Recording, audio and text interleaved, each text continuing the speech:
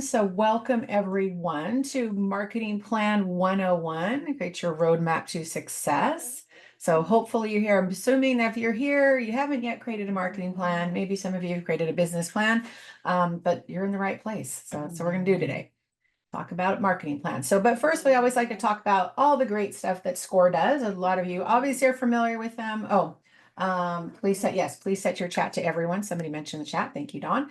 A lot of you are familiar with SCORE because you're here. So assuming you know a lot about the services, but just to reiterate all the services they offer and why they exist. So this is 60th year that SCORE has been in existence, started as the Service Corps of Retired Executives. That's what an acronym is for, but don't really focus on that because a lot of us are active rather than retired entrepreneurs and executives. So 10,000 volunteers across the country and 200 chapters nationwide. So been doing a lot of great things for 60 years. I've been involved with SCORE, not 60 years, 6 years, I think 2017, 2018, somewhere around that time when I started presenting for workshops. So the goal of SCORE is to help you succeed with your business from start to maybe even finish, as you're starting your business, maybe even to a point of where you're going to sell your business at some point. So we're here all along the way to help you out with one-on-one mentoring services. Hey, raise your hand or put in chat if you're using a SCORE mentor. Great service to offer, lots of great brain power across the country for you to tap into. So we've got a few hands raised. Perfect. We love our SCORE mentors. Workshops like this, webinars, some in person, some chapters do a few in person back after COVID. Lots of great resources on all of the websites. Again, you have 200 chapters, 200 websites to check out. All of the chapters offer their own classes, there's crossover, of course. National, I also teach for National, so they have their own curriculum. So you're welcome to go to any of the chapters to check out what they're offering, right? Especially if they're virtual. But lots of great resources for you. Workshops such as starting your own business, creating a business plan. So if you haven't done that with a mentor yet, they definitely can help you put the full business plan. Some financial stuff, tons of marketing, franchising, a little bit of everything out there for you. Only thing they can't offer is direct financial advice or legal advice, whether it's mentors or classes. You won't find that here. But lots of great stuff to help you with your business. If you are, excuse me, losing my voice. If you are dialing in from the Florida Pasco Hernando area, this is hosted by Florida's Pasco Hernando chapter. You can visit their website. If you don't know your local chapter's website, just go to score.org and do find a chapter. You can find that. But you're welcome to check out any of the SCORE chapters, again, their websites, whether it's local or somewhere else in the country. So that is all the great information. So it's for SCORE. There we go. So a little bit about me. Some of you may have met me already. Let's see. Yes, if you somebody asked if you missed the presentation, you will get the full recording, slides, and marketing plan worksheets I'm going to talk about as well after the class. That'll be emailed to you from the chapter itself. So that will be coming. So a little bit about me. Some of you have met me from other classes. I do teach all across the country, multiple SCORE chapters as well as SCORE National. So I'm usually somewhere virtually in the country any given day of the week. But I have been, as you can see here, in the online space since the internet dinosaurs roamed the earth. I started an e-commerce side of the business for a gourmet gift basket company that was at that time a traditional catalog and retailer, one retail location in San Francisco. This is my 20th year in the wine industry as of last month. So I started on the technology and marketing side of things. So I usually have at least one or two wineries in my portfolio of clients, but I do work with all types of clients, as you can see here, business to business and business to consumer. There's probably even some new ones in there I haven't added to the slide. Again, I do teach all over the country for SCORE, SBDCs, chambers, business source centers here in LA, private groups, etc. I do participate out in the community. So I am currently the membership director for NAWBO Los Angeles, which is the National Association of Women Business Owners. 50 chapters nationwide if you want to check out that organization. And I do serve on my local Chamber of Commerce here in Venice, California, as a board member. So there you go. That is me. So a little bit of housekeeping first. You will get, as I just mentioned a minute ago, you will get the recording slides. The marketing plan worksheets will be on there. So I encourage you to download the marketing plan worksheets that will correspond with what you're going to learn today and fill them out. I mean, it's for your purpose, just like a business plan, to, go through the exercise of filling them out. Because I think once you put something to paper, it actually, becomes reality and helps it all sink in a little bit more other than just listening to it. So I encourage you to fill those out for your own purposes. And then now I want you to share in the chat, and put it all in one chat message. Tell me about your business. So what type of business you have? Who do you serve? Like, who's your ideal client? They might be in the room. So good idea to put this out there. And are you business to consumer, B2B, business to business, business to government, perhaps? So just put it all in one chat. And you're welcome to network in the chat as well. Like I said, what number are we at right now here in the room? We have 59 business owners in the room and consumers, right? So there might be somebody in the room that wants to do business with you, collaborate, connect, etc. I know people have done business in my chat room. So the chat file will be shared. So share your LinkedIn, your website, whatever you feel comfortable sharing for your business. I'm not asking for social security numbers and home addresses and name of your firstborn children, anything you would share for your business. So, because you never know who's in the room who might want to do business with you. So that's that. Share that in the chat. Perfect. And also want to know just who's in the room for the purpose of this class as well. So good to know the mix of room. So we have some somatic experience trauma coach, software artist, let's see, scroll, event management, safety, okay, headshot and branding, content creator person, perfect. Safety and management consulting, event management, human resource consulting, software. Okay, I'm trying to scrolling fast here. Psychiatric research, perfect. So thanks for sharing, everybody. Keep on sharing. Travel advisor, perfect. Entertainment, tours to Ireland and Scotland. All right. Well, I did find out a few years ago. I do have some Irish family, so was not aware of. Perfect. So did you know that 50% of small businesses do not have a documented marketing plan, right? And you can see here how crucial it is because you're 30% are more likely to experience growth than those without. So you're smart to be in the room today to have a documented marketing plan once you finish this webinar, and fill out your documented marketing plan as the worksheets that you're going to get there as well. So in the world of marketing and advertising, right, ever expanding crazy world, where do you spend your time and money, right? That's kind of part of having the plan in place. We have our traditional side, radio, print ads, billboards, public relations could be both digital and traditional, promotional products, networking, like I just invited you to do in the room. In-person and online networking is part of the marketing mix. A lot of you get leads by networking, right? And then the ever expanding digital side of things, right? We've had websites for a few decades now, right? Quite a few decades. Internet advertising, social media is now about 25 years old total. I think the LinkedIn's 22 this year, Facebook 21.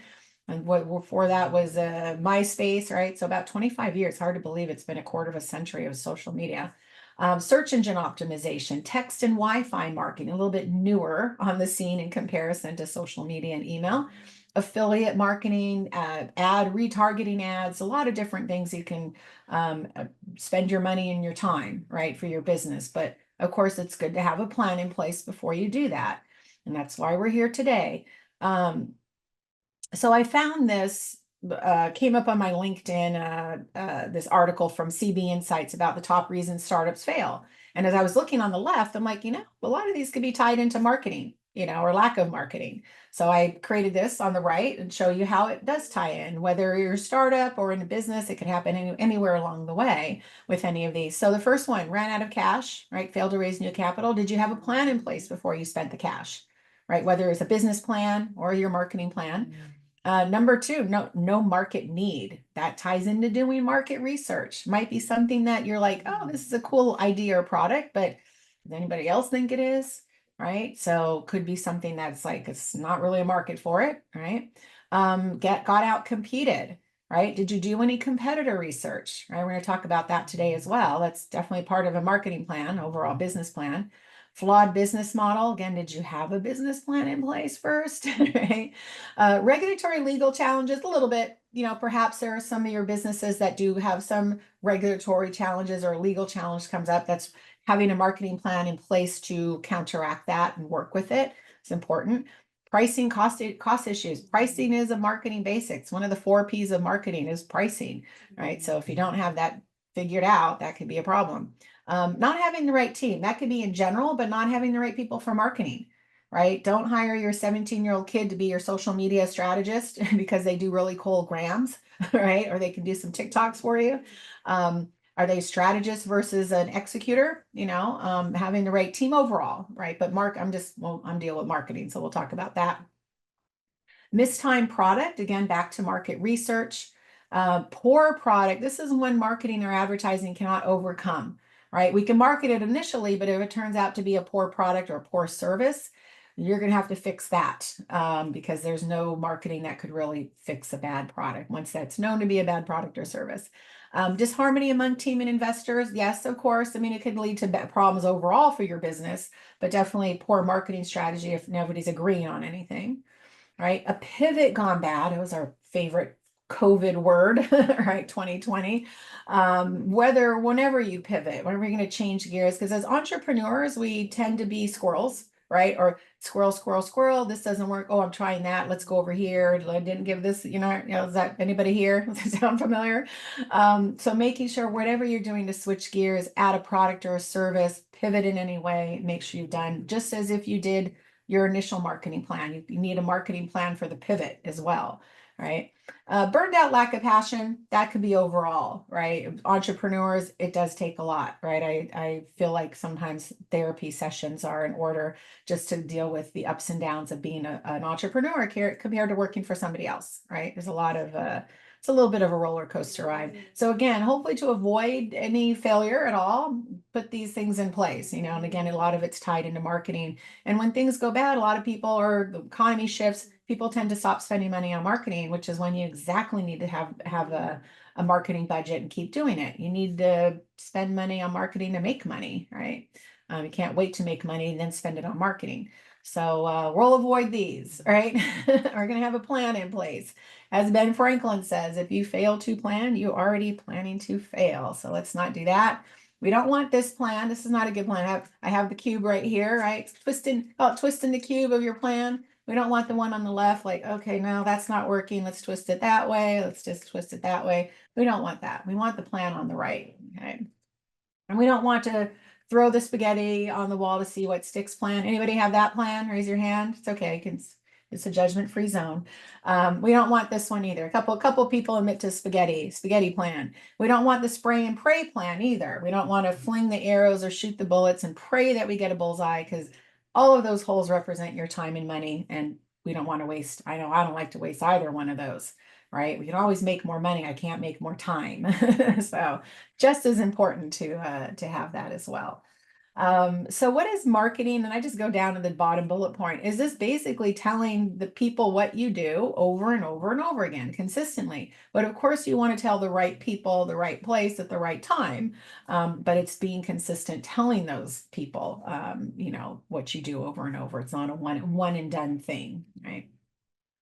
And then reasons you need a marketing plan, other than what I already mentioned, right? Of course, I already talked about maximizing your budget ROI by not spaghettiing, twisting the cube, right? Spraying and praying. Definitely will help create consistency, as I just mentioned on the last one, telling people what you do over and over and over again. That's what marketing is all about. Sorry about that.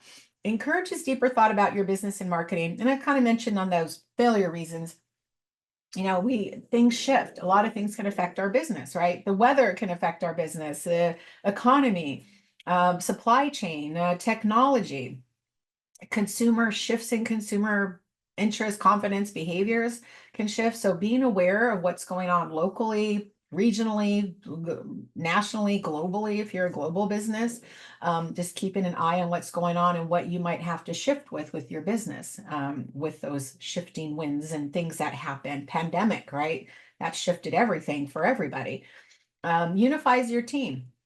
right? So if you do have staff, make sure you're all on the same page with everything for your business and your marketing, right? You want to walk the same walk and talk the same talk.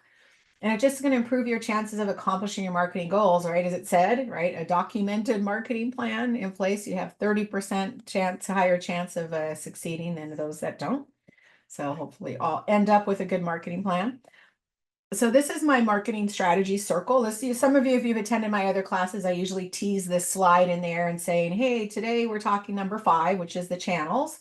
But today is not that number 5. Those are the other classes. That's the social media and email and all of the LinkedIn, all the other classes I teach. Today we're going to go through steps 1 through 4 and 6 and 7. Right. So however we set goals, having goals set for your business, we'll talk about SMART goals. Number 2, the most important part of a marketing plan, in my opinion, is knowing exactly who your customers are. If you don't have that dialed in and know who your ideal audience is, then the rest of this isn't going to make sense, right? You're going to have the wrong messaging and branding, perhaps to attract those particular clients, audience. Your unique selling proposition, all of that has to make sense to your ideal audience. So that has to be dialed in first, right? We'll talk about SWOT analysis, competitor analysis, unique selling proposition, your branding, your story, your messaging, having a plan in place to execute on your marketing, and then looking under the hood, and knowing you have to measure and optimize because you got to know if this is working or not, right? We're not just assuming we're all doing this for some coins, right? Even nonprofits need to make some coins as well. So we need to know what's working so we make sure we're making enough coins on there. Will you be sharing your holiday calendar? No, I won't be talking about it in this class, Dawn, but I will include it in the assets page when there'll be a little video on how to use the calendar. It'll be the 2024. If you get on my email list, my 2025 will be out next month. So I'll include that information on the assets page that you're going to get for this class. So, but I don't cover it in this class. I do in my other classes. Good question. Okay, so there's a strategy circle. So we're going to start off with number 1, the SMART goals. Anybody currently set any goals for your business overall, not just your marketing, but for your business? Do you have written goals? Raise your hand or say yes in chat. That's quite a few. Okay, so perfect. Now, whatever that looks like is, however you want to do it is fine. And you have different business goals and marketing goals, right? So overall, your business goals might be what type of sales growth you want to have, what kind of market share, type number of deals or the deal size, your geographical reach, like how far do you want to expand? Some of us might be like, I can help the world. Others are like, well, my business is local because we have to go meet the clients. I do window cleaning and kind of can't do that globally unless you grow a global business, right? And employee growth, right? So how many employees do you want to have? How much growth do you want to have with employees? What assets do you need for your business, right? Do you need vans? Do you need a building? Do you need equipment, etc.? So what are your goals for that? To achieve those, you need marketing goals, right? What type of usually you're measuring different things like getting leads, number of prospects and how to engage them, what type of media coverage, what channels you're going to be on, social media, email, etc. Your sales goals, what's conversion going to be. Isn't that bad? My voice is dry today. So to measure those goals, this is just one way to measure. Anybody here use SMART goals? Raise your hand, say yes in chat. Couple, looks like a couple same ones. Perfect. It's just one way to do your goals. So when you're setting up SMART goals, you're doing exactly what it is here in an acronym, right? You're specific, measurable, achievable, relevant, and time bound, right? So specific obviously is very clear on, and you can have mini goals. It's not just one like, hey, we need to make $1 million or I need to grow 100 employees. You do little mini goals to get to that bigger goal, right? So you want to be very specific on what you want to accomplish, should be measurable, right? Like I want to generate 1 lead per month, right? Not very ambitious there. Is it achievable? Is it too easy or too hard, right? We don't want it too hard, but of course we want to, be a little ambitious there. All right, realistic though as well.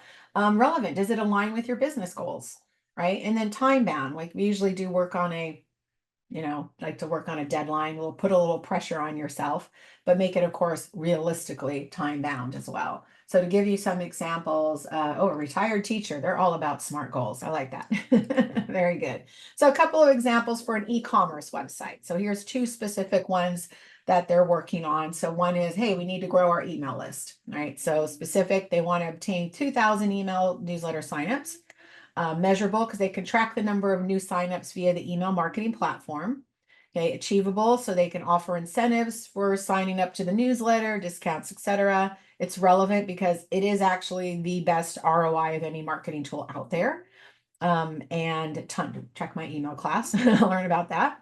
It's time bound, reach the goal within the next 5 months. So we don't know where they're starting, obviously, from here. If they're starting from 0, this could be pretty ambitious, might be overly ambitious, but maybe they're at, they're already getting 300 per month. Now they're, well, okay, we can move to like 400 a month. They're not specifying by month. They're just saying we want 2,000 over the next 5 months. Maybe they'll get 1,000 in the first month and then they spread it off over there. That's could be realistic goal. The second one is expand the customer base by 15% through targeted social media ads. They can measure it by monitoring the analytics on there. It's achievable because you can create engaging targeted ads for various social media platforms. It's relevant because it is important in advertising. It is half of what email is as far as the ROI. Just so you know that. But still good. You can still do that. And we're going to achieve it within the next 3 months. So again, whatever those goals, micro goals that you want to set up, and you can have multiple SMART goals, you'll get in the marketing plan worksheets SMART goal page, and you can print out a bunch of them and create your different goals for that. So it's important to have those, whatever that looks like. And I always say too, it's not really on the SMART goals page. I don't know if Dawn did this as a teacher, but I always say also include the steps in your goals. Right. So all goals have multiple steps to achieve them. Right. So just these example here, the newsletter sign up. Okay, great. We want to achieve this. We got to, the to-do list or the checklist for it is like, okay, we got to create, the email landing page. We got to create the, say, social media posts that are going to promote this. Maybe there's a lead magnet that you're going to include in that. You got to create the lead magnet. So those are all the steps, the check off boxes. We got to create the social media posts and the ads for that, so whatever those individual steps are to achieve each of these goals, write those down, and check maybe put a timeline. I've done that before, put a timeline in each of the steps to get you to that final date of your goal as well, whatever that looks like for you. So number 2, the most important, let's see, some just to read this here, exactly, also helps your goals are written down, definitely, as I mentioned. PESTLE is an alternative to SWOT analysis. Oh, interesting. I haven't heard of that. Political, economic, sociological, technical, legal, and environmental. That's interesting. You have to look that one up, Christina. Thanks for sharing that. Yeah, perfect. Thank you. So buyer personas, right? Who's your customer? Right? Everyone is not your customer. Seth Godin, he's definitely one of the marketing gurus out there. He's written a bunch of books on marketing. It's true. Everyone is not your customer. And if you are saying everyone is, you're probably trying to fish in the ocean instead of fishing in a pond, right? So what I mean by that, right, is like, say, the people say, I can help everyone with what I do. Is anybody here? Everyone is my customer, right? But maybe you need to narrow this down and focus it, because sometimes when you say I can help everybody, you're helping nobody, because your messaging is all over the place. It doesn't appeal to any particular group. And so everybody's confused as to who you're trying to help. Right. So it's better to, so for example, I could say, yeah, I can help everybody in the room, which is now 67. That's a good year. 67 or 66 of you, I'll include myself in that. I can help all of you with marketing. Doesn't matter what your business is. You saw my list of B2B, B2C.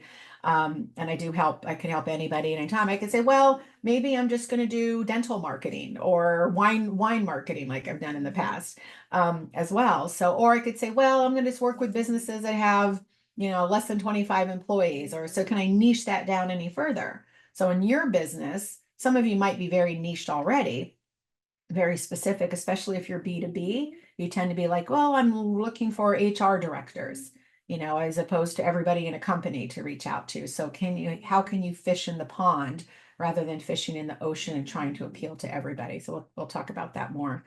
Very important. So when it comes to, working with a marketing plan, we always talk about buyer personas on here. So, and I just realized too, I think I'm using, hold on one quick second here. Yeah, I think I left off the brand archetypes here. So I have the wrong presentation. That's okay. We'll go with the buyer personas to start. So buyer personas are just, as it says here, semi-fictional representation of your ideal customer based on market research and real data if you have existing customers. They tend to be a human face, name, biographical information to show them as a real person, as it says here.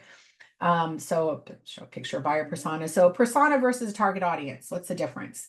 All right, as you see here, persona is a specific definition, a specific character of your ideal client. So here's Jake. He's a marketing manager. He's 33. He has a family. He likes jazz. He has a degree in digital marketing. He works for a big company. He's under a lot of pressure from the board, but the board's a little dinosaur, a little not more traditional thinking. So that's pressure he's under as a marketing manager. So very specific definition as opposed to a target audience. Here's marketing managers between the ages of 30 and 45. They work at big companies. They have an annual salary range of this to that. They don't spend much time online. So very broad people that are looking for your product. So there's a difference between a persona and a target audience. All right, there we go. So why do you need to create buyer personas? Right. Well, definitely will help you figure out, who your ideal client is so that you can target them better. Right. So if your marketing strategies are targeted to specific people, like a Jake versus the broader audience, it's more effective marketing. Right. Maybe improve product development if you target in to help solve their specific problems. Right. Increase maybe sales efficiency. So if your sales team knows who to target in on and the messaging and sales tactics for that particular group, right? And hopefully some customer satisfaction and retention as well. Very important. And then how do you find data to create a buyer persona? Different places, different ways to do it. So if you have existing customers, you maybe carry out customer interviews. For some of us, it might not be obvious who our target is. We might have people coming in, we're like, are they older? Are they younger? Who are they? We don't get information like, okay, I know my client, okay, he's 33, he likes jazz, he has a family, some of that might be obvious to us. If you have a sales team, maybe the sales team is assisting you with that as well, getting information. There's tons of digital data out there. Some of us might be in industries that have industry associations and trade groups and things like that provide that latest statistics and stats and industry stuff going on. So always check online, census.gov, if you're looking for demographics or geographics of a certain area. Say if you're opening up a new shop and you want to know who's in the area, census.gov. There's a lot of data out there to Google it, right? And check your trade groups and associations if you have any, right? Explore the audience of bigger industry players, right? So if they are in your industry, have people even smaller, look at competitors, see what they're doing, how are they talking to their audience, right? And we'll talk about competitor analysis in a few minutes. Look at social media, your Facebook insights. They show demographics, like who might be following you, is attracted to your business. And then, of course, now new, ask the robots nicely. If you're using ChatGPT, right? And you can do this with the free or paid version, but if you're paying, it's $20 a month. I recommend trying it with the paid version because besides it pulling up the information that it says here, it's also a good test of your website. So if you type in the prompt based solely on the content on this website and you put the entire URL, like mine here, HTTP all the way through, who is the ideal client for this business based on what you read on the website? And then you can follow up with, now build me 5 buyer personas, or whatever number. It doesn't have to be exactly 5. But the good thing about this, if you try it, ideally, it should pull up exactly who your ideal client is based on the information. Like if you go to mine and you put in my prompt with Golden State Marketing, it's to say this business helps small businesses with marketing and social media and email, et cetera, et cetera. So it reads exactly what I do and who I help. Okay, but if it doesn't on yours, there might be a problem with content, right? Maybe there's not enough content on your site. Maybe the content doesn't speak to your ideal client. So this, like I said, it's a good test to see, like, maybe we need to change our website to speak to our ideal client or have content on there. I see a lot of websites that are like image heavy and they have a few words. Not good for SEO, not good for pulling up information, not good for your clients, right? To be able to go there and go, yeah, this is me, I'm speaking to me, right? So good tip, if you can do it on the free version and just you have to feed it that information. Like, I'm a marketing agency, I help small businesses with X, Y, and Z, and whatever information I want to feed it. And I go based on that, give me my 5 buyer personas, right? So you can do it that way, or we're going to do the old fashioned way of building them ourselves as well. But if you want to try the robots, you can do that. But if we're building them from scratch, generally you're going to pull some different information. Won't be the same for everybody here. So start off with personal. Who are they? What gender are they? Or all genders? Are they certain ages, an age group? If you're trying to do too wide, like all women between the age of 18 and 100, that's going to be, maybe, but it's like you're going to have to speak to those different age groups, generations in different ways, right? Do they have kids or not? Are they married or not? Divorce? What's that status? Where are they located? For some of you, it might be, hey, they need to be in my backyard so I can service them. Some of us might say, I work everywhere, right? Are they certain income level, right? Are they, upper income, lower, middle? How educated are they? They high school graduate, they have masters, right? Professional info, who are they professionally? Are they CEO of a company? Are they C-suite or entry level or middle manager? Do they manage people or managed by others, right? They have, what is their typical work day like? That matters for your business. What are their values and feels? It could be feels, fears. What do they value in their personal and professional life? I'm not going to read all of these. What are their goals and challenges? Where are they personally, professionally? What are their goals and challenges? Where are they? How do they take in information? Are they sitting at home playing on their iPad? Or do they read the newspaper? Who is that, and how do you find them? Sometimes you have to know who the buyers are, right? Because we all hang out in different places. Somebody who's 80 might not be on social media as much as somebody who's 30, right? What kind of media they consume? What kind of hobbies do they have? How do they spend their days? Right? What makes them tick? If it come down to. Are there any negative things you have to avoid? Too difficult, too expensive to support, things you don't want for buyer personas, right? So as you're building them, and B2B is different than B2C. I don't know if anybody's shared if they're B2C. Anybody here B2B versus B2C? And then somebody asked that question, Kareem asked that question, right? Couple are B2B. So totally different how we go out there to talk to clients, get clients, right? B2B is generally a very targeted audience, and it's about building relationships, sharing your expertise, again, because a lot of the decision making is probably more rationally driven. You're focusing more on a very niche market, right? So tend to be like, I do business with English teachers or HR directors or environmental engineers, right? Tend to be a little bit more focused. Tends to be a longer selling cycle because you probably have more decision makers involved in the process.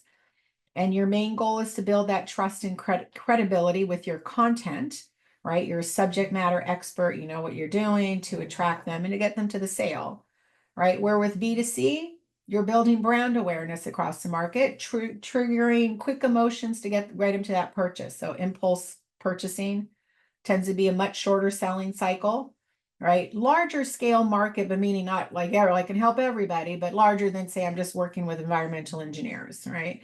And it may involve family, but generally it's like a one-on-one decision, pretty quick. And again, get them urged to buy. So I'm like, cute shoes I see on Facebook, ready to buy, I'm done. I don't need to build a relationship with the shoe company and know who the CEO is and all of that stuff. I just like, they're cute shoes, I'm buying them, right? So a lot different than B2B. It's all about building and think about B2B too. We think digitally all the time too. And yes, of course you can hang on LinkedIn and meet people that way. But go back before social media, 25 years or further for internet, right? Salespeople, our grandparents and parents were pounding the pavement, doing door-to-door sales, making phone calls, and we still are. You still might be doing that in your business to get them networking. You might have been networking your community or in trade business groups, et cetera, chambers and all of that. part of the mix, but now we have the opportunity to do that online as well, right? So, but it kind of works the same, and it might be a mix of that. It might be better. Some of you might be better to just do it digitally because I'm like, hey, I'm looking for environmental engineers. I can go right to LinkedIn and look for environmental engineers and find them, as opposed to trying to like go door to door or go try to meet a few engineers at a mixer, right? Chances are going to be a lot slimmer than if you try to do that online. So it's a difference between the two. Yeah, there we go. So again, just like things you're looking at when you're dealing with B2C, business to consumer, what are their goals, their demographics, their personality traits, kind of like going back to Jake, Jay likes jazz and his kids and family. Who influences him? What are their fears and objections? What do they do online? Again, kind of like that first slide I showed you. What brands they're loyal to, B2B. We have more things. What are their deal breakers? What's their timing, their problems and fears when it relates to their business and their jobs? Who or what influences them at work? What is their day-to-day work life like? What's the engagement and obstacles and what channels are they on out there, right? As B2B. It's a little bit different than B2C. So here's a couple of buyer personas, what they look like when you're building them. So we obviously have a human face of some kind, whatever that looks like. I wouldn't recommend using anybody because you don't want to put any stuff on it, like that person and you're using their face. So find whatever, not saying you're only do business with somebody who's, brown hair, blue eyes, and that's their persona, but pick a face because it helps to narrow it down. So here's Bachelor Bryce, and this is for an animal shelter. Okay, so you think, well, why does an animal shelter need to do marketing? Well, because you adopt out cats and dogs generally. And this is more about dogs as cats. So I used to foster cats. So if anybody gets offended by this, somebody did once. But I see people generally pick cats by color. They want to have an orange tabby, or they don't want a black cat, or long hair, short hair. But dogs are a lot different.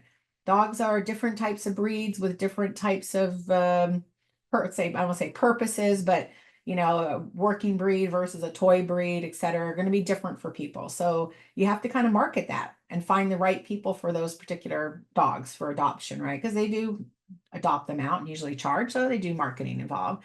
So here's one potential buyer persona for a shelter, right? So we have Bachelor Bryce. He's single, age between 30, 50. He's relatively close to the animal shelter. He's single, successful, happy in life, but he's a bit lonely. Active lifestyle, has a stable job, but something's missing. His goals are to find companionship, but stay fit and healthy. His challenges are he loves animals, but not sure if pet ownership is even for him, doesn't even know where to begin to select a dog. So how can the shelter market, right? How can they help him figure that out, right? So they can provide pet ownership information, assist him with the matchmaking, make sure they pick the right dog for his active lifestyle, right? So he probably would want more of a working breed dog that wouldn't go hiking and running with him, but not the toy breed I have laying under my desk snoring right now. So if you hear snoring, those are my 3 pugs. Totally different buyer persona than Bachelor Bryce. That would not be a good dog for him. And they can communicate the benefits of having a pet. So the shelter would probably have multiple personas, right? They have maybe a family with young kids, might be a different type of dog or an older couple, that maybe want the lap dogs like I have snoring under my desk. So they would create different personas and they would market to them potentially a little bit differently, right? Some might have had dogs before. They don't need to have all the pet owner information like Bachelor Bryce does. There's one. Here's one a little bit more fleshed out. So here's Sarah's students for a coffee shop in San Francisco area. And so this one's a lot of information that they did for the buyer persona. So they're probably trying to attract, maybe they're in a location near a school and they want to attract people like her, right? So she's 20, single, lives in San Francisco. She's a full-time interior design student, part-time worker. Here's her household income. She's super conscious about spending her money. Of course, living in San Francisco, she should be. Prefers to use credit cards and debit cards. Facebook is her lifeline. She's active on social media. She likes coupons and good deals. What is she looking for? What's her pain points? Right? So she's looking for a place to decompress after a hectic week, quiet place to study, good deals to make her feel better about purchases. So sense of stability in her chaotic world, right? What or who influences her friends and colleagues, magazines, blogs, etc., her brand affinities. hopes, and here's her hopes and dreams. This is pretty fleshed out. And so I'm going to have to have worries and fears, hopes and dreams. How can this coffee shop market to her? How can they make her life easier, right? So fun, relaxing atmosphere, deals and coupons, maybe a job board, looking for more work, cozy seating with charging stations, online, interaction apps, engagement, incentives, etc. So pretty fleshed out, right? On here. So if they're if the coffee shop is located in a more suburban area or maybe an older community, it would be a totally different buyer persona list. So they must be near a school to attract this type of thing, and how they would market to her would be totally different than say out in the suburbs, right? Let me just look here. Let's see. So we're doing I'm just looking at the questions here. What if I have a website who's let's say who's handle with other app like MailerLite? Does the AI will be able to analyze my website, but not the MailerLite domain?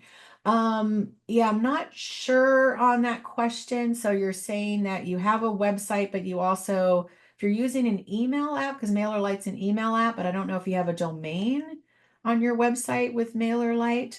So it will pull up your domain information if you're putting in ChatGPT or talking about. I'm not sure about the MailerLite part of it at this point.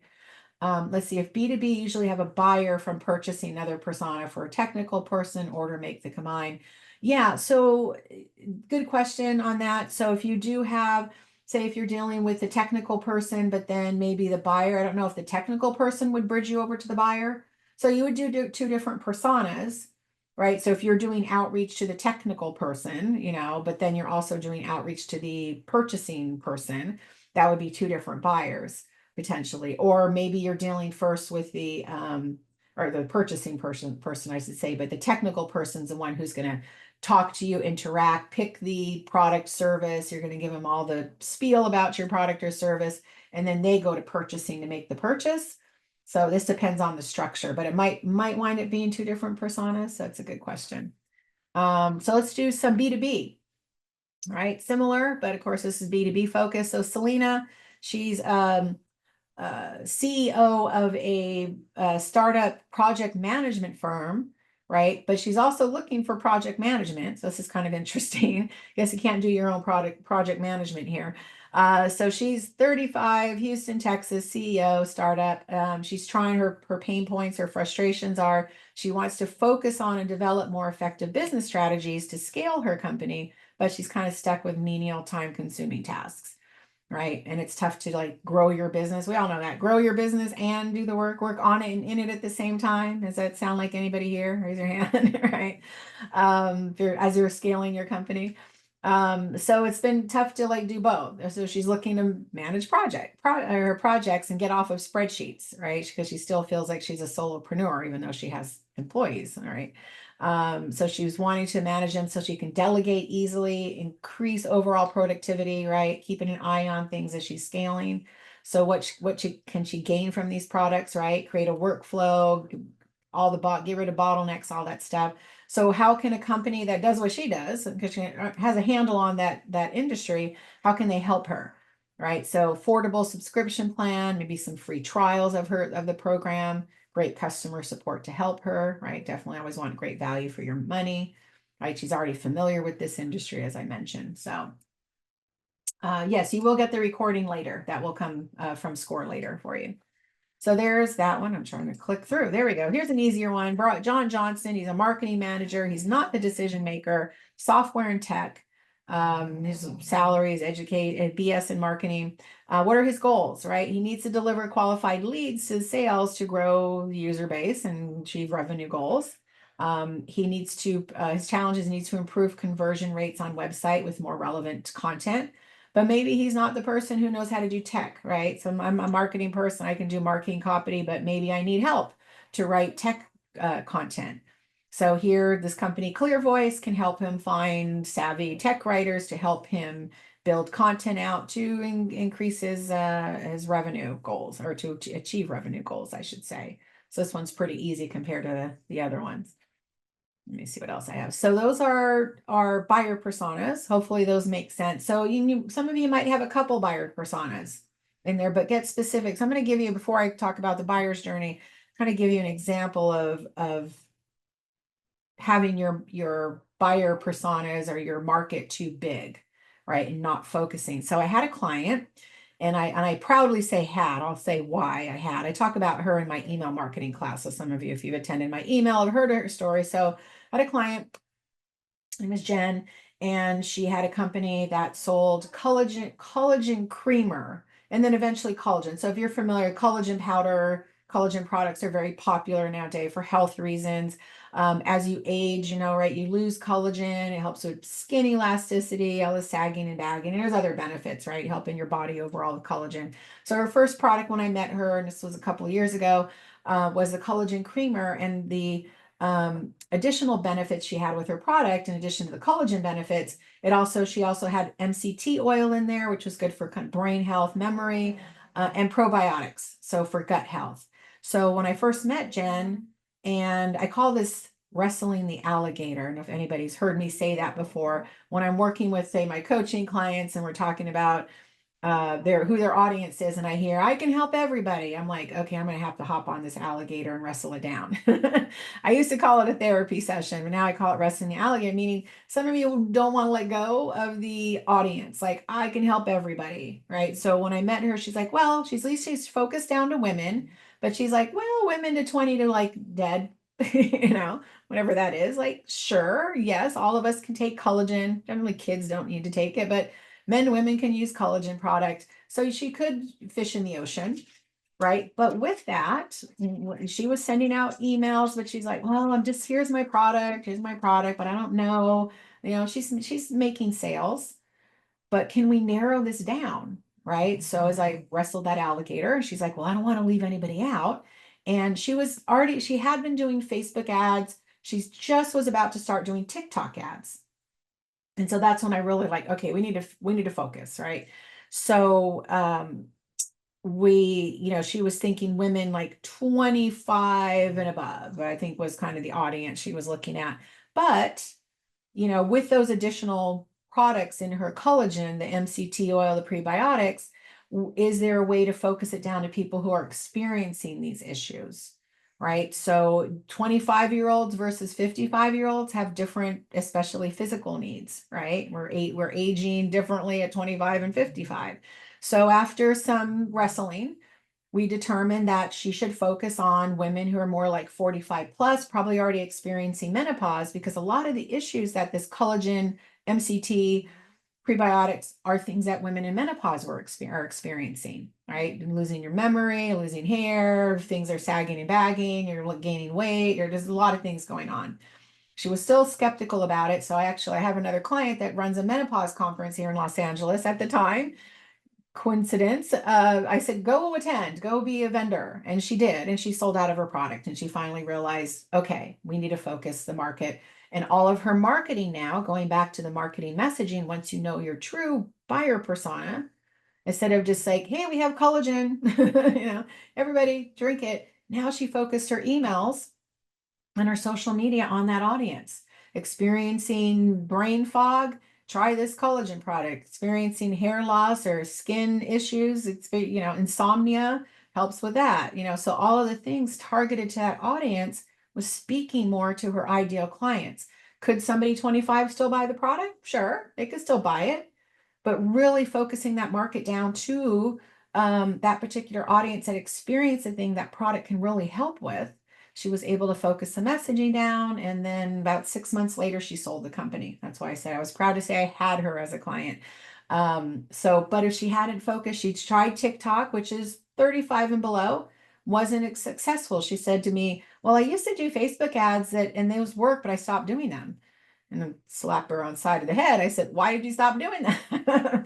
Get away from TikTok, go back to Facebook. That was her target once she targeted down. So that's why it's so important to really figure out who your ideal audience is, like Jen did, and we did, so then you can focus your messaging. Some of you, I don't know if anybody in the room, let's ask this question, anybody in the room working strictly in the senior market? So your product or service, not like anybody can use it plus seniors. Is it a particular like a 60, 65 plus product or service? Raise your hand or just say yes in chat. So I usually have at least one. So like maybe you sell Medicare products or something that are home care. So tell me in the chat, I think 4 of you, 5 of you raised your hand. What do you do? So if you can just put quickly in the chat what your product or service is. And again, looking for something that's strictly that market for, the user of the product or service is that market. So anybody want to share in chat real quick what that is? Anybody? No, we're gonna shy. Come on, guys, somebody. Cleaning service. Okay, Medicare. So I'm sorry, I was looking in the queue. I was looking in the chat instead of the Q&A. Medicare is a perfect example, right? So because it's a 65 plus product. Now, sometimes with 65 plus, actually these days, not that old, as people are aging into Medicare, they need to learn about it. Maybe it's a couple years before, because you get ready to turn that age, you want to start learning about Medicare.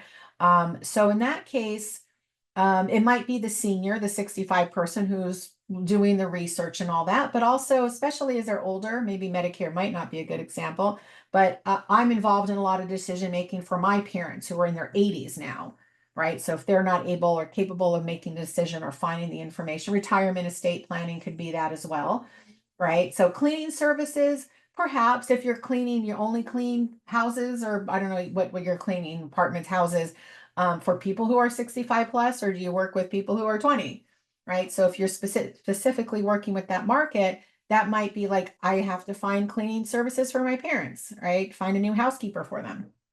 So you're going to have potentially that user, the senior, as your target, and you're going to reach out to them differently than the kids who might be taking care of them. So in my case, if you wanted to reach out to my father, you have to put an ad in the LA Times. He physically reads the newspaper every day. If you want to reach me as his kid, who I'm making most of the decisions for them now, you can reach me on the LA Times digital or social media, but you wouldn't find my father at this point. He doesn't go on social media. He does check email. Across the board, seniors 65 plus are on email more than they're on social media. Across all age groups, email is about equal. So you really have to hone in, right? And for the senior plus people, you're going to have two different potential marketing messaging. If you want to deal with the senior who may be helping themselves, or the family members who might be helping them. On the opposite end of it, if you have products or services for kids, you're probably dealing with the parents more so than you are the kids, right? Who are not going to make decisions. Unless it's something like it's selling tutoring services, probably the parents, right, who are doing the decision making on that. But if it's I don't know, a toy or a game or something that the kids want, they're going to go, "Ooh, mom and dad, buy this for me," right? So it could be a little bit of both on that end. So again, really honing in, like Jen did. She still could have been here, sitting here like, "Well, everybody can use my collagen product," and she was not really talking to anybody in particular, right? But she's honing in on those pain points of that particular target audience. I know, oh yeah, raise my hand. Yep, that's me. I need that, right? Because everything's falling apart, right? So hopefully it makes sense with buyer personas. Thanks for sharing the senior people. Appreciate it. So buyer's journey, what does that mean, right? So the buyer's journey, right? We're all in the same buying cycle when we're looking to buy a product or service, right? We're like, okay, I'm aware I need it. I need to go start looking for it somehow or do the research. I might do some comparison shopping.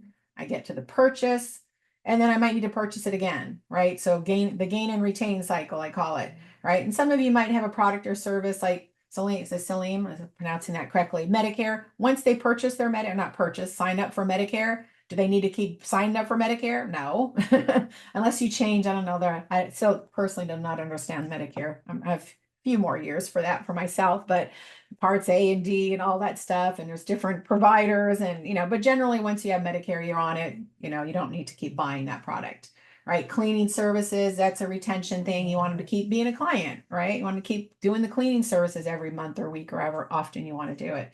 So some of us might have retention of the service or product, some of us might not. So how do you meet them in this buying cycle, right? As far as your marketing, right? It can be different ways to do that in each part of the cycle. So say we're in the awareness stage, right? They have a problem, looking to solve it, starting the research process. So they might be looking online at blogs that have to like, hey, I'm looking for this thing. I need to know about Medicare. We'll keep on that one. So they're probably just type in Medicare and they're going to pull up all types of information. Maybe there's some blogs, how to understand Medicare. What are the different parts of Medicare? Maybe there's some newsletters they sign up for. There's video content out there, infographics, maybe an ebook they can download on it. There's ads, of course, and tons of stuff out there on Medicare, right? They're interested, so they're identified it. They're starting to do some research and competitor, looking at different options, right? So maybe they're looking at case studies or demo videos, sales sheets. Maybe there's a free trial, not really on Medicare, right? Maybe they're attending a webinar on what they're interested in or attending events about it. Now, all of these won't apply to all of us. I don't do free trials for my stuff, right? I do webinars, obviously. Now we're narrowing it down, right? We're in the final decision making process. So maybe at that point, for some of you, a live demo might work. Sending a proposal or an estimate, right? How much does it cost to clean my apartment or my house, right? Or my office building, I don't know if it's commercial, residential. Maybe you're doing a consultation at that point, providing vendor comparisons, FAQs, etc., referrals, right? References, I should say, not referrals.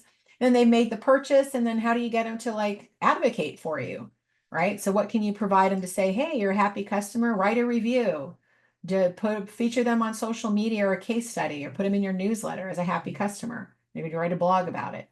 Now, if someone's like, they just bought your pair of shoes, do they write a case study about their pair? No, maybe something for B2B might be more appropriate for that. So again, in your world, what would be the appropriate outreach at each of these stages of the buyer journey? Right? And you want to retain them. Some of you might have retention of a client. How do you keep them in that loop, right? Of that. So again, where can you meet them in the buyer's journey? And then now to SWOT, and I have to write down that other one that somebody mentioned, the 5 environmental, et cetera. Maybe save that and look that up. But SWOT analysis, unique selling proposition. We'll talk about competitor analysis in this section as well. Let's make sure we have answering any questions. I saw a long question there. Let me take a look at that real quick. Here we go. Okay, let's see. Our focus has been on talking about the advantages a child has to look forward to when they decide to be their own person and not allow the influence from peers to cause them to fit in or someone they're not. Should we focus more on showing parents the advantages of our content instead of focusing on content that shows the child the advantages? That's a good question. Depends on the children, the ages of the children. We're talking high school, where they, even middle school, I would say they have their own, hopefully, thought decision-making process. But if we're talking younger, you're probably dealing with the parents, right? So yeah, that's going back to like the senior one and the parent one. Ages 8 to 12. So yeah, they're going to be, is that getting close to middle school? I'm forgetting the ages. And I think a little elementary, middle school on there. So probably still be involved in the parents with that. So yeah, talking to them and how, it also depends on the parents as well. You don't know how parents interact with their own kids, and talk about that kind of stuff as well. So yeah, probably be more that if they're older, I would say you'd be targeting the kids, but still the parents, because some parents are more helicopter than others on what their information their kids are gathering, hopefully. Right? Got to be careful with too much stuff out there for kids to get into these days. It was much easier when I was a kid. No online stuff, good and bad. So yeah, so again, when it comes to kids, it does get a little tricky because you have like, what can you talk to the parents about versus the kids at a certain age? So good question though. Perfect. Okay, so let's move on to SWOT. Who has done SWOT for their business? Anybody raise your hand, say SWOT in chat, right? Okay, Kenneth, you raise your hand for everything. Why are you here? No, you're already set. That's good. It's good. You can still be here. So SWOT, obviously strengths, weaknesses, opportunities, threats. Good idea to do at beginning of your business. How often, the people who SWOT already, how often do you do a SWOT? Put in the chat there, the ones who are saying yes to SWOT or swatting there. How often have you done a SWOT for your business? Every year. Perfect. Yes. Right. So probably a good idea to do it every year because things change. Right. As we talked about the marketing plan and looking at what's happening out there in the world around you, things change every year. So, and perfect annually. So start with a SWOT. Where are you now if you haven't done one? And then you can do it annually if every 6 months makes sense to you, but at least annually. So strengths, right? That's pretty easy. Things your company does well. What qualities separate you that might be better than your competitors out there, right? What good internal resources that you have. Maybe it's your staff. right? Tangible assets, you have great property, you have plenty of capital, maybe something proprietary, trademarked, etc. Opposite, weaknesses, what does your company lack? Maybe things your competitors do better overall. Do you have any resource limitations? Right? So like, okay, well, I need to get this $30,000 piece of equipment. I don't have that money to help grow my business, right? You have an unclear, unique selling proposition. We'll talk about that next. What are opportunities that might be out there for you? Underserved part of the market for a specific product, maybe a few competitors, emerging need for a product or service that you offer, maybe getting good press or media coverage. That's always good. Threats, emerging competitors. Maybe there's a changing regulatory environment. Negative press coverage. We don't want that. Changing customer attitude towards your company, or maybe not your company, your service, your industry, your product. People, we change like we change in the wind, right? Sometimes with things. We have to be careful of being too, on trend, the latest, hey, we're the Pokemon Go, right? Does that still exist, the Pokemon Go? So again, looking at where your snapshot of where you're at now. So here's an example. It's a restaurant. I have a restaurant client, so it could be some similar to this. Strengths are their excellent, well-trafficked location, good reputation in the community, which is important. Seasonal menu, locally sourced. They have a standard menu. They don't change seasonally. Their weaknesses, higher costs in comparable chain restaurants, definitely. Single locations, limited reach. So that could be a modest advertising budget. Maybe not currently using food delivery apps and technology to help their business. Opportunities are to use the food delivery apps, maybe because there's a growing interest in locally sourced ingredients, expanding to that. Seasonal menu. Threats could be intensifying competition from established chains, uncertain economic environment. That's the case with any time for restaurants, right? It's a pretty risky business. I think that is it still 50% tend to fail. Rising cost of ingredients. We all feel that too as consumers, right? I know my restaurant client prices have to keep going up because their ingredient costs keep going up, right? COVID was a big threat. It still is. My client still, because of COVID, still can't get hire additional cooks. So he's only still open 4 days a week instead of 7 days a week, 4 years later. It's a very competitive market out here in LA for cooks. So again, all of these can be, affect your business. Good idea to look at SWOT and see and do it, and maybe the PESTLE. Well, we'll have to look, everybody look up PESTLE. I'm curious about that now. But do this as you can on a regular basis. And this helps you kind of think like, okay, what are the opportunities? Okay, let's go sign up for the delivery apps. Let's go maybe change up our menu, whatever that is for your business. So hopefully you act on your SWOT. Right. And then competitor analysis. I'm sure we all have competitors in different ways, and there's different types of competitors out there. So we have direct, right? So those businesses that offer similar products and service target the same audience in the same geographic area. Now, they could be direct competitors. Like I have direct competitors around the world, right? I'm a virtual marketing agency. I don't have a physical location, but I can do business all over the globe if I wanted to. And there's marketing agencies all over the globe I compete with. So they don't necessarily have to be, but they offer the same product or service. And we're generally targeting, we can say the same customer, small business owners or business owners. Now the niche would be maybe somebody marketing agency only deals with, multi-million-dollar companies, and I'm dealing with smaller businesses, so that might be the difference with it. Secondary or indirect competitors offered, oops, hit the mouse, offer different products and services, target a different clientele, but generally same category. So wine and beer, so a winery and brewery might be same because they sell alcohol. Right. Substitute competitors, they are businesses that offer different products and services, but target the same customers in a geographic area. So the example here of during COVID, right, we couldn't go to the salon. So maybe we did home nail kits or hair kits, home color kits. Maybe we'll still do that. We haven't gone back to going to the salon perhaps because like, oh, I can just do this at home. Right. So I'd be an indirect or substitute competitor. Right. So what does that look like for competitors? And what when you're analyzing competitors, what should you look for? Right? So look at what is their branding like? Their taglines, their visuals, their tone, messaging. You can just look on their website. Maybe they have marketing materials out there. You look, how are they marketing, branding themselves to the same customer? right? What's their value proposition? What is their product promise to solve for their customer problems? What type of content do they have out there? Do they have blog posts? Are they doing white papers, webinars, case studies, articles? What's out there in the world? You can find all that online. Look at their social media. Are they doing social media? Which social media? What are they posting? What is their overall look and feel of what they're posting? What kind of engagement? You can see if people are liking and sharing and commenting on their stuff, right? Keywords. Now, you can do some keyword analysis. There is a website called Spyfu, spyfu.com, right? That you can go put in a competitor's URL and put in your own as well. And you can see what keywords they rank for, what you rank for, even what they buy. It won't tell you how much they spend, but it'll tell you organic versus paid keywords if you want to go deep with that. Advertising spend, obviously looking there might not be as obvious, like say, oh, well, they always advertise a full page ad in the LA Times every week. You can find out what the cost of a full page ad is in the LA Times or whatever your local paper, or they run billboard ads all around town. And you can find out, oh, it's $10,000 a year for a billboard, what they cost. So you can find out what they're spending that way. They run a Super Bowl ad. Okay, they're spending a couple $1,000,000 on that. Not in my budget.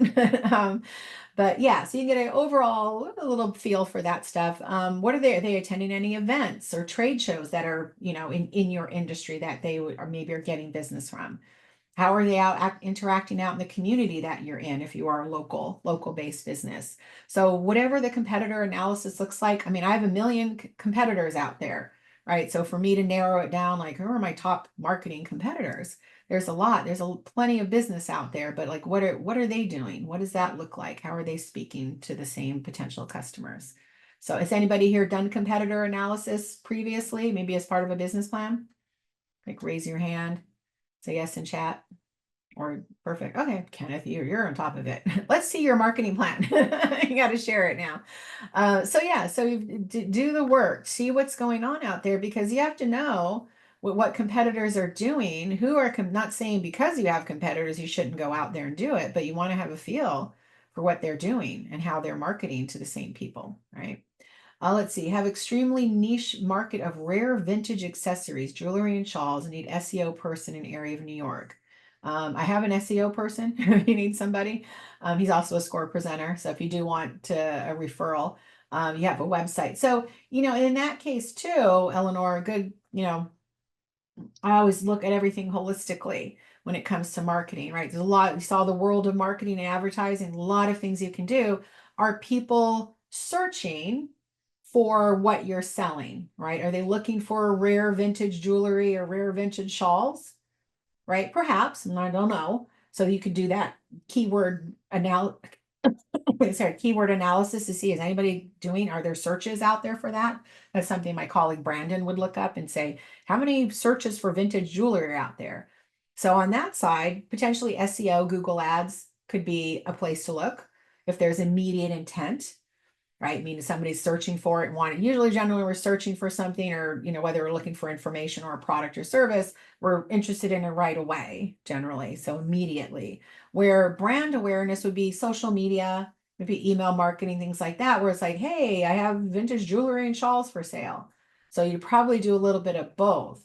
Something like cleaning services, right? Generally, or maybe HVAC repair. I'm like, my air conditioning breaks down. I'm not going to go hang out on social media to look for an HVAC person. What am I? I'm going to Google air conditioning repair near me. Better be here yesterday, right? Immediate need because it's 100 degrees outside and my air conditioning broke.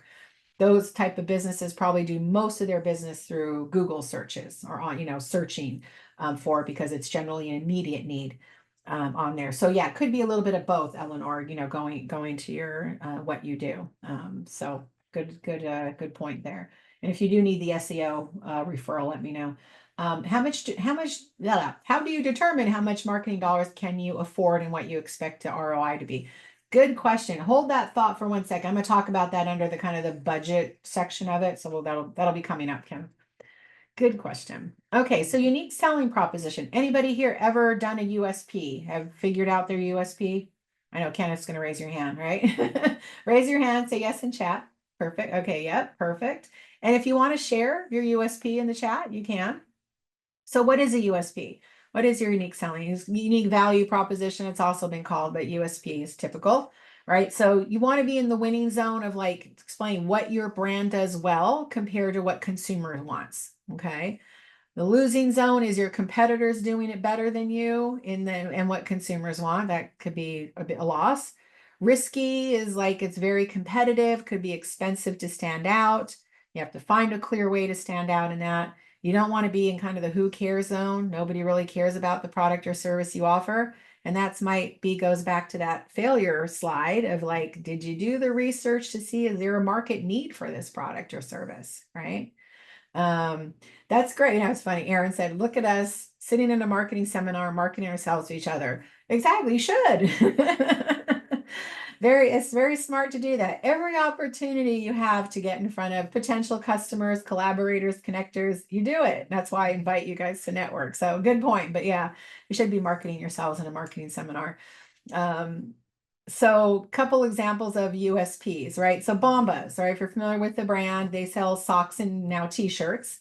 And that's not the unique selling proposition, right? Everybody sells socks and t-shirts, right? Your unique selling proposition is that last sentence. For every item you purchase for yourself, we donate an item to somebody affected by homelessness, right? So if you look at Bombas, here's one box of their socks. Merino tie-dye socks, $80 almost for 4 pair of socks. Very pretty. But can everybody be their customer? Sure. Everybody wears socks and t-shirts from birth to death, right? We all humans, we can put socks on our feet or t-shirts on our bodies, but everybody's not their customer. They're fishing in a pond, right? They're just causal marketing, like we exist for the sheer fact that we're going to give back. Yes, we're going to sell some socks and t-shirts, but they're not trying to appeal to everybody. Not everybody's going to want to spend $80 or $20 for a pair of socks. I might be the Target customer. I'm going to go get my, 10 pack of socks for 15 bucks and I'm good. And that's okay. Right. So not everybody is their customer, even though we could be, right? Their pond is that we're going to appeal to people who want to give back with the purchase and they're willing to spend more for it. Right. So again, not everybody can wear their product, but not everybody is their customer. Right. Here's one. I just found a couple online. Saddleback leather. They'll fight over it when you're dead. So it's so strong and so durable that you're gonna have to put it in your will. Right. So that's all leather products are probably pretty durable, but they stand by theirs is like they're gonna fight over it when you're dead. It's gonna be around. We make it to last, right? Pipcorn. Now this is actually it's many years ago. I don't know how many years ago, but it was a Shark Tank product, and I think Barbara Corcoran invested in this product. So all natural, whole grain, small batches, a little tiny popcorn. So their size a little bit smaller than a typical popcorn kernel. Non-GMO, gluten-free, whole grain, packed with antioxidants. Now, probably most popcorn, right, is not all natural, whole grain.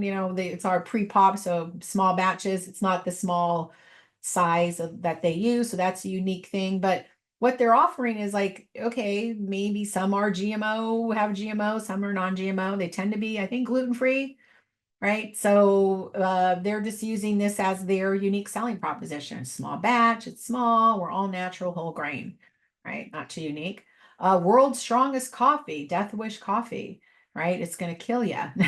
Hopefully not, right? A lot of coffee, you can make pretty strong coffee out there, right? But Death Wish coffee is like, hey, we're owning the world's strongest coffee out there. We're putting some skull and crossbones on there that it might kill you. You might have a death wish. Here's fake tattoos by real artists, right? So yeah, there's a lot of temporary tattoos. They're just little graphics and designs, but hey, ours are actually real artists make them. So it's almost as if you're getting a real tattoo, right? Canva, empowering the world to design, right? So if you're familiar with Canva, like anybody can use Canva. You don't have to be a graphic designer to use it. You can create your own graphics and be a rock star with your graphics, right? So we're helping everybody to be a designer, right? I know graphic designers won't like to hear that. Here's a couple you might be familiar with, some older ones, right? I go to Federal Express, as they were originally known, when absolutely positively has to be there overnight, right? So if you're old enough to remember when FedEx came out or Federal Express, that was all they offered at the time. There's nobody else who offered only overnight service. So they came in with, hey, we're going to get it there overnight. Now they offer everything. I think their new slogan or their USP is one world on time. Maybe I add maybe. Yeah, just had a FedEx issue. It's like, yeah, don't have it go FedEx ground if you want it overnight, right? Domino's. Remember, Domino's came out many years ago, decades ago. Fresh hot pizza delivered in 30 minutes less or free, right? They no longer offer that, but at the time, there's other pizza companies or local pizza to their, hey, we have pizza. How do they distinguish themselves in the pizza market at the time? Nobody was offering 30 minutes or less or it's free, right? Like 31 minutes, I'm getting my free pizza, right? So now they don't have to. It was probably probably more cardboardy at the time. I haven't had Domino's for a long time, but it was like, it was the pizza or was the cardboard they carry it in at the time. But you got it on time, right?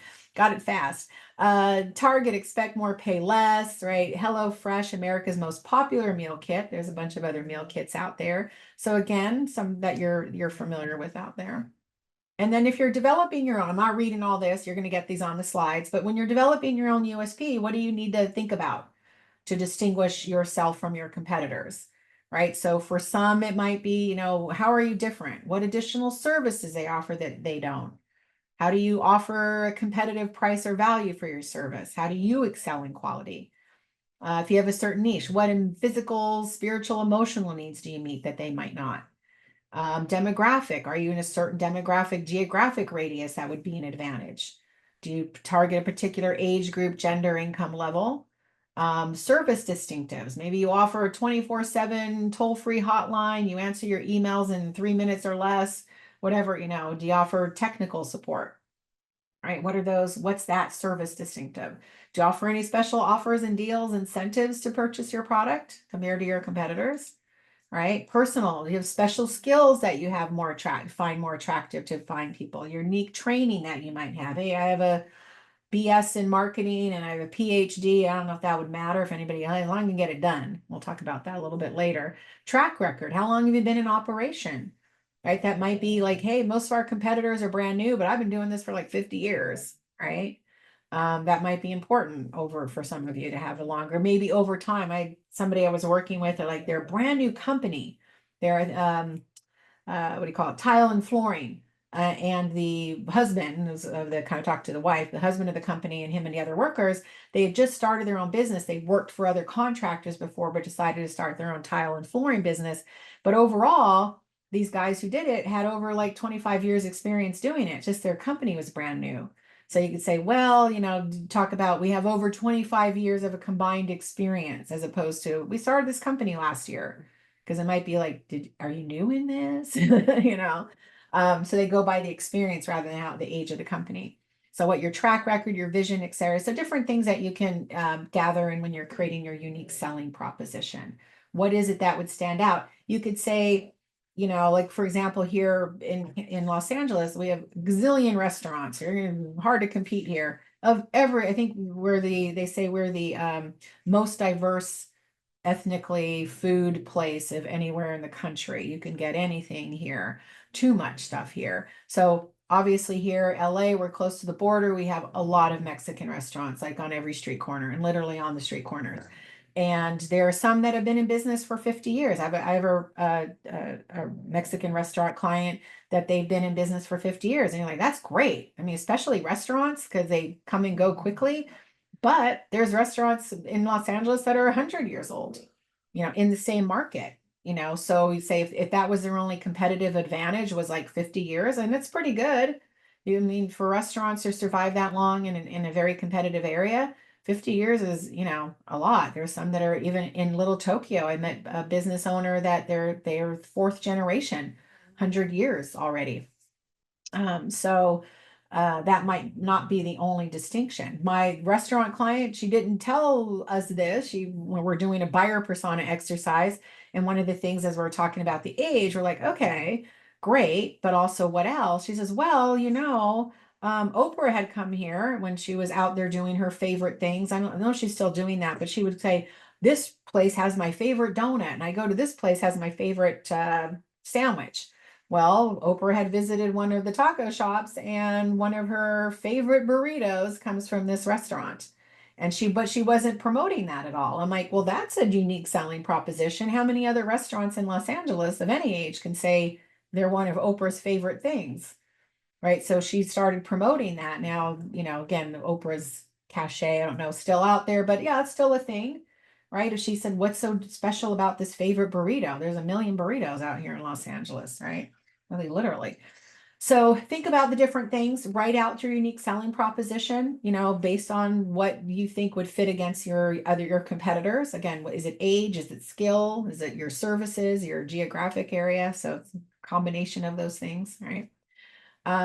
Your story, your branding, your messaging, right? What does that look like? How does it speak to your ideal customers, right? And we're talking your photos, your videos, your marketing materials, and all that stuff. Like, what's your story? And how are you telling it? And why do you need a brand story?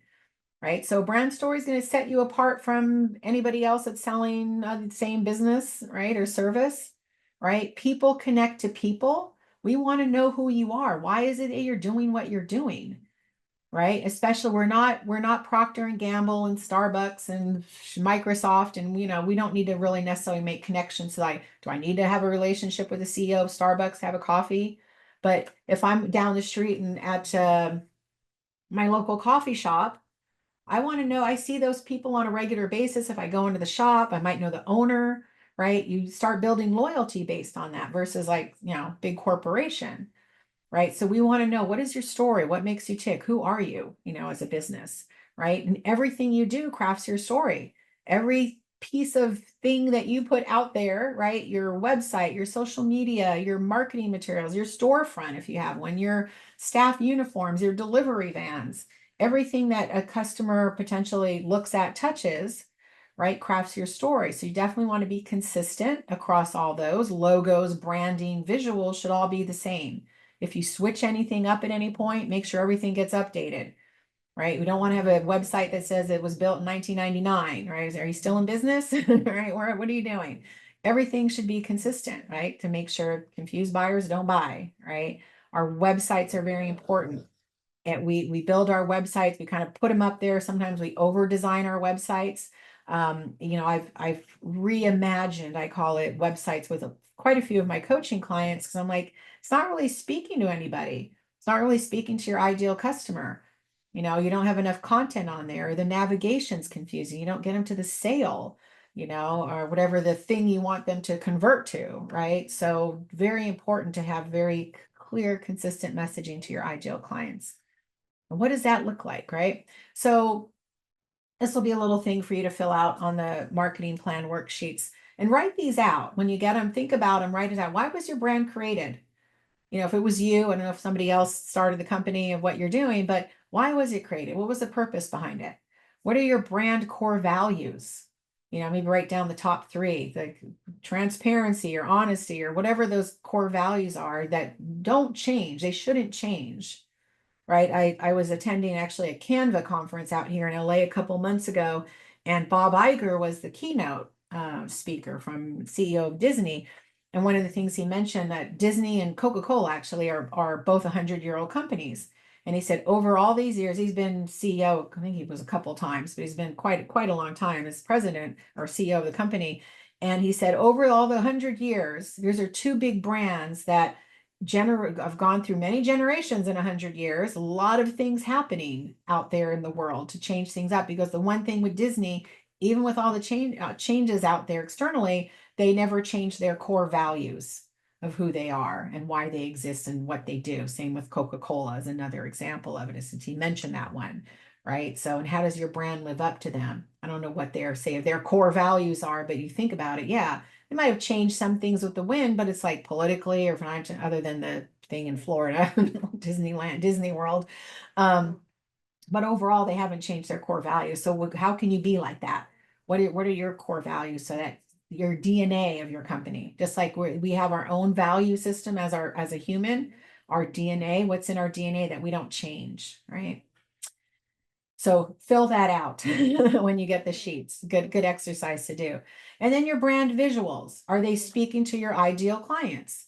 Right? So whether you're an individual or a company, and have employees, or you're just individually as a business owner. So here's a couple examples. So this is Janet. I know her personally. I'm permission to use her pictures and talk about her. Gina Janichi Studios is also a friend colleague. She's a branding photographer. We all met in a women's networking group. when I lived on the Central Coast in California. And so Janet's a life coach.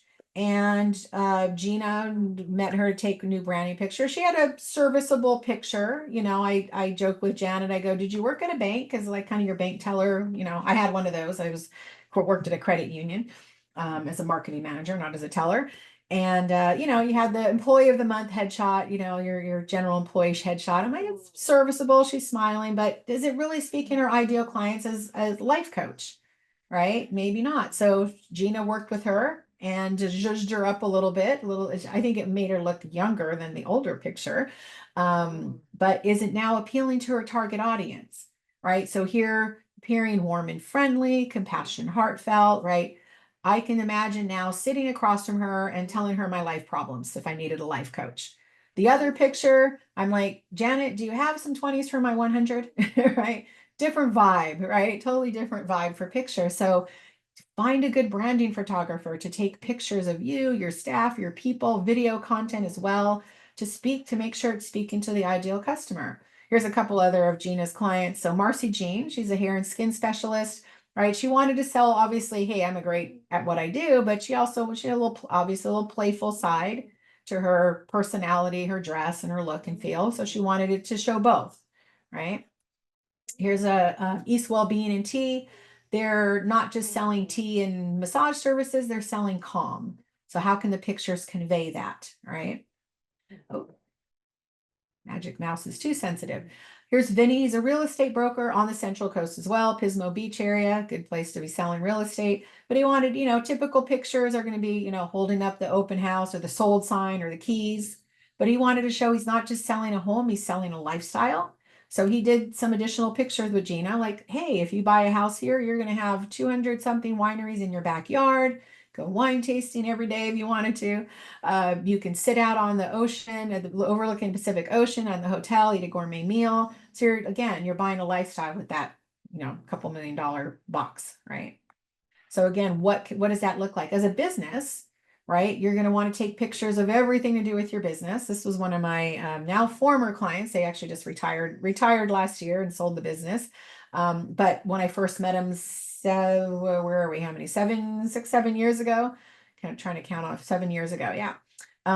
They had no photography. They're celebrating their 10th anniversary. So we brought Gina in to do the anniversary party.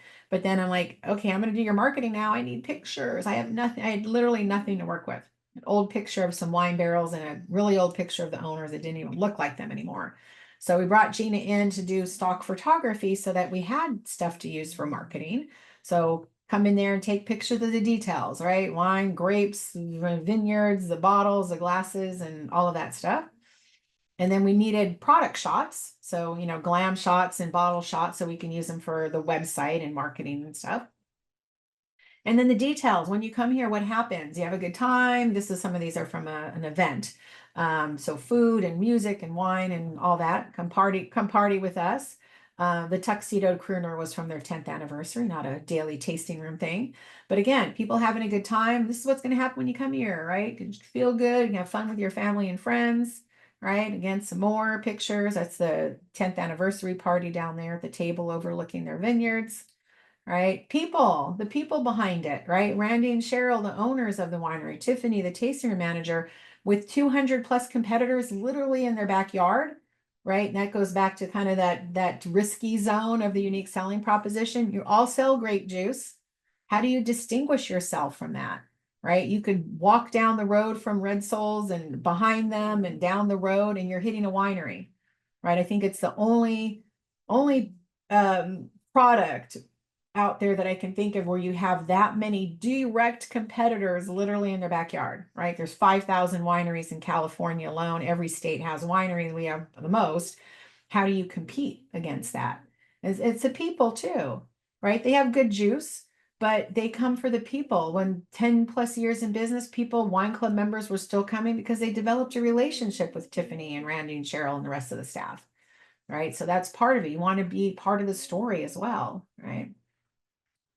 So important. And once you have good photography, then you can create your marketing graphics and advertising and have stuff for your website. Now, of course, I didn't include video content on this flat presentation, but that would be part of it as well. but make sure you start with a good amount of stock branded photography, right? Yes, we have these great little cell phones in our hands these days, and they can take some good pictures, but really find somebody who can capture that essence and bring out, part of what Gina, I've had her do my branding photography as well. Part of that is picking up your personality of what you do and knowing who your ideal audience is and how it's going to appeal to them, like they did with Janet or with Vinny, right? So very important to look for that as well.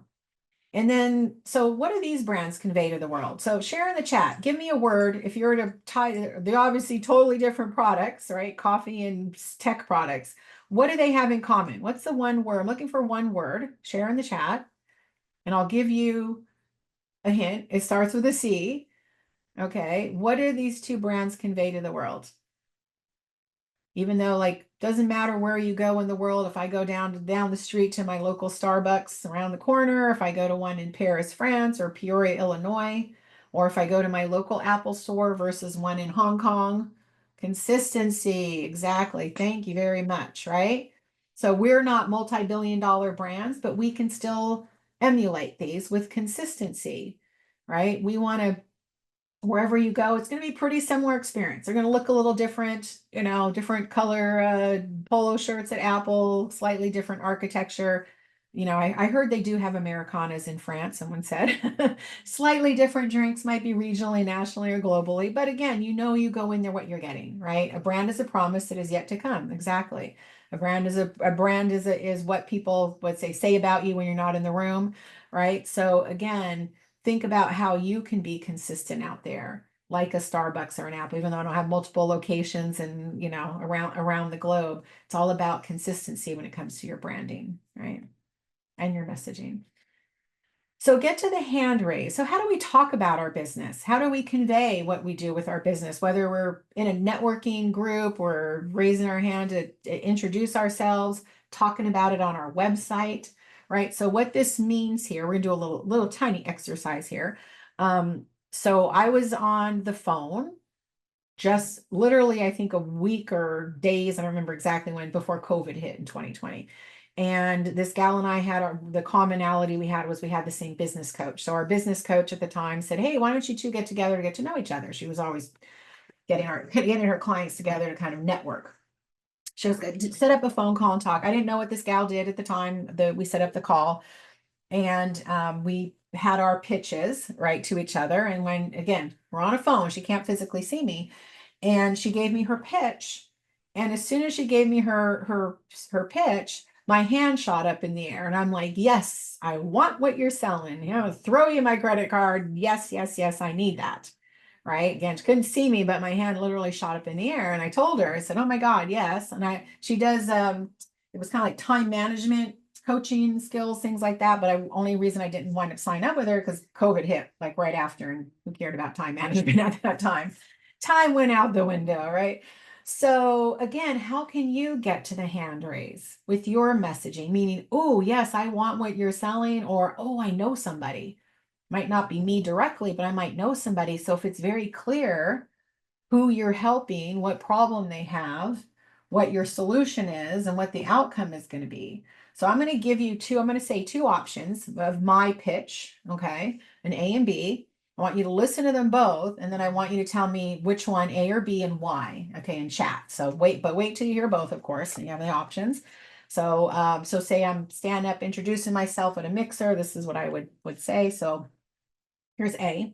So I say, "Hi, I'm Patty Ross with Golden State Marketing, and I work with business owners and I help them with social media, email marketing, SEO, public relations, website development, and promotional products."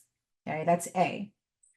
And B, it's like, "Hi, I'm Patty Ross with Golden State Marketing. I am hired by busy business owners who wear so many hats. Their marketing gets put on the back burner, and all they really want is strategic, focused marketing that actually grows their business." So A or B, and why you chose A or B. So type that in the chat. Give a couple of you A or B and why. Come on, which one? If they got no hand raises on either one, did everybody disappear? All right, there we go. Okay, so B, specifics, B, focus. What else? B, because you're speaking to the problems or difficulties that people have, right? can relate to the client needs. Exactly. First one, I'm just giving you the laundry list of services that I offer. You're like, okay, I think I need social media or email. Okay. But I'm right. So again, your hand raised message or your pitch, right, is who you help, what's their problem, what's your solution, and what's the outcome, right? So who do I serve? Busy business owners who wear so many hats. Their problem is they're so busy, their marketing gets put on the back burner, so they can't get their marketing done consistently. Solution is strategic focused marketing, that outcome that actually grows their business, right? So think about that. The who do you serve?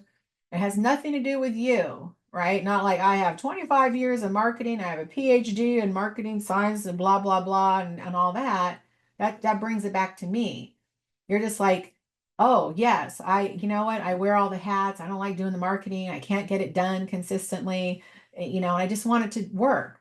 Like most of the clients that hire me don't care how I do it as long as I don't do anything illegal or over their budget. But it's just like, just get it done so it actually grows my business. They don't need the specifics of how, right? They're just like, I'm overwhelmed by it. I can't get it done myself. Can you just do it? Right? So how can you convey your message to people to get to that hand raise? So I want you all, there'll be a hand raise page on the marketing plan. You all are welcome to email me if you want me to review your hand raise message, and I'm happy to critique it for you. No charge. So email me if you have one in mind, and think short. Shouldn't be like, I do this and I've been doing this for 20 years and I help with this and I do that. Should just like you saw mine or heard mine, I should say, right? I'm hired by busy business owners who wear so many hats, their marketing gets put on the back burner, and all they really want is strategic focus marketing to actually grow their business. Right now, I can add on, like I can do it either DIY or done for you services. I offer either way. I can coach you to do it, or I can do it for you. I can add on at the end. But again, like already, like, oh yeah, I don't care how you do it, just let's do it, right? So think about your message. You're welcome to, I'm going to put my email in chat, and you'll get it too when you get the all the stuff from us. So Patty@goldenstatemarketing.net. You're welcome to send that to me. I'm happy to critique it and send it back. I put on the biggest party in DC. Oh, so I wanted to share this example before I finish on. So I was speaking at an event about a month ago in Little Tokyo Business Association. I was invited to speak at a marketing panel. So after the panels we had a little reception and people were milling about and introducing. And this gal walks up to me and introduced herself. And I go, oh, what do you do? She's like, I do tech. And I'm like, hey, do I need to do 20 questions with her? Right. A little bit more information. Okay, so just left it at that. We're mixing and mingling, and this guy walks up. Turns out it's her coworker, but I didn't know it was her coworker. And he introduced himself. I go, what do you do? And he says, I get paid to give you your time back. And I immediately, like literally, I'm holding my business card. I'm like, here's my card. I'm like, how are you going to give me my time back? I'm like, I need more time, right? I have to pay him obviously because I get paid to give you more of your time back, right? I'm already in trade. I don't know how he's going to do it. Like, what is he going to do? Is he going to stop time for me? I don't know, but it sounds really good, right? So it turns out he has some kind of CRM system or software. I don't know what it is, but so I'm like, cool. So I'm handing my card and we're scanning each other's cards and things and stuff. And so as we're standing there, this guy, third guy walks up and he introduces himself. And so he first asked the other gal, what do you do? She's still on that I do tech, I do tech. And I told him what I do to ask the guy, what do you do? He's like, oh, I do software. And so I kind of tapped him. I go, no, no, no. Tell him what you told me. He's like, oh, yeah, yeah. I get paid to tell you give back more of your time. I go, that's your pitch. Don't go back to I do software. How is that selling your I do, I give you back more of your time. Like I didn't even get as far as like, okay, what is this exactly? I looked at it a little bit. Now, the only bad thing with this guy is that this is a month ago. I still have not heard from him. He scanned my card. He physically has my card. I'm like, I don't know. I shouldn't be contacting you. You need to contact me. So make sure you do follow up. If somebody physically shoves their card in your hand, probably a pretty warm lead, right? But again, that's all he had to say. He didn't have to go and explain, and I do this software system that will do this and turn mad, whatever. I'm like, you're just giving me my time back. I'll have to figure out if I can afford that. But you're going to give me back my time. I'm already raising my hand. Like the time management lady. That was about time. Obviously, I have time issues going on. So again, how can you make it like that? That was pretty easy. Sorry, I went backwards there, going back in time. But anyways, I wanted to share that. So don't go back to I do tech or I do software, right? Give a little bit more information. So your plan now you need to execute on all of this, right? You got a plan in place. You did your unique selling proposition. You figured out your buyers. Now what do you do, right, for your plan? Who's going to do it? Can you do it? Do you need staff internally, externally? What tools, right? If you're going to do it yourself, you're going to need more tools than if you hire somebody to do it for you, right? Budget. Now, somebody asked about budget earlier. So this is going to look different for everybody. I don't have any budgeting tools. I'll share my content calendar, but I don't do budgeting. So whatever tools, spreadsheets you want to use, first figuring out who your buyers are, your audience, and then you'll know where to spend the money potentially. Now, not everybody's going to do newspaper ads and PR and content. So whatever it looks like for you, as far as the amount, the rule of thumb generally is they say, well, you should have about 10% of your annual revenue should be your marketing budget. Now, if you have no annual revenue, that would be hard. You'd have a zero marketing budget. You do need to have a marketing, you do need to do marketing to make money.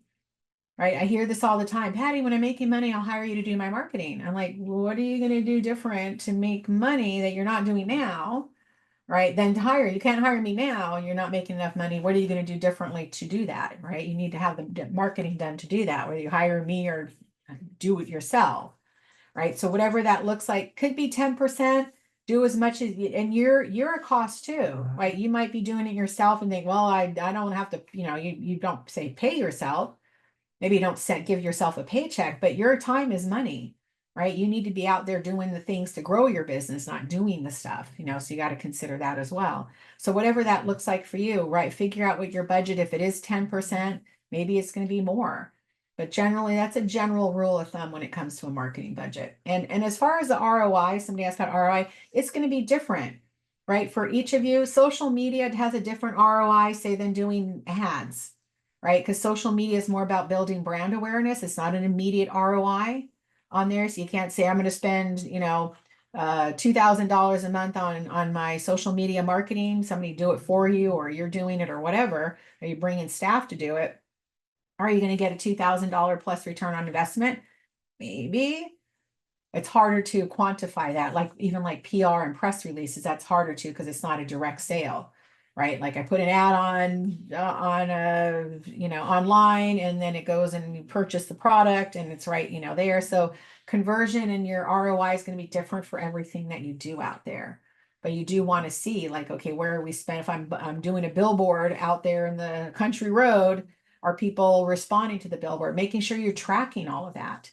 If you're doing a billboard or newspaper, Google ads, can you track it? So if people are coming to your shop or going online or calling you up, can you track where that sale comes from? It's not always easy for everything out there, but ask, how did you hear about me? How did you get to my phone number? Right. So that's budget.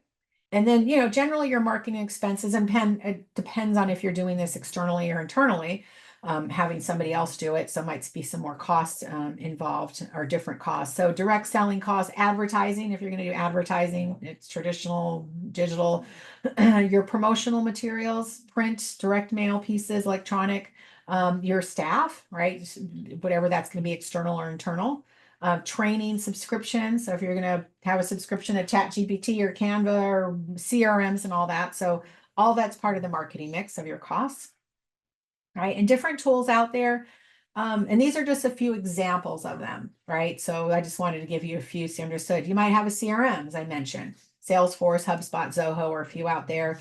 SEO tools, I mentioned that SpyFu, that's there, the competitor keyword search out there. Moz, SEMrush, Yoast, etc. Sales tools, you might use LinkedIn Sales Navigator, Salesforce, right? Or lead ClickFunnels.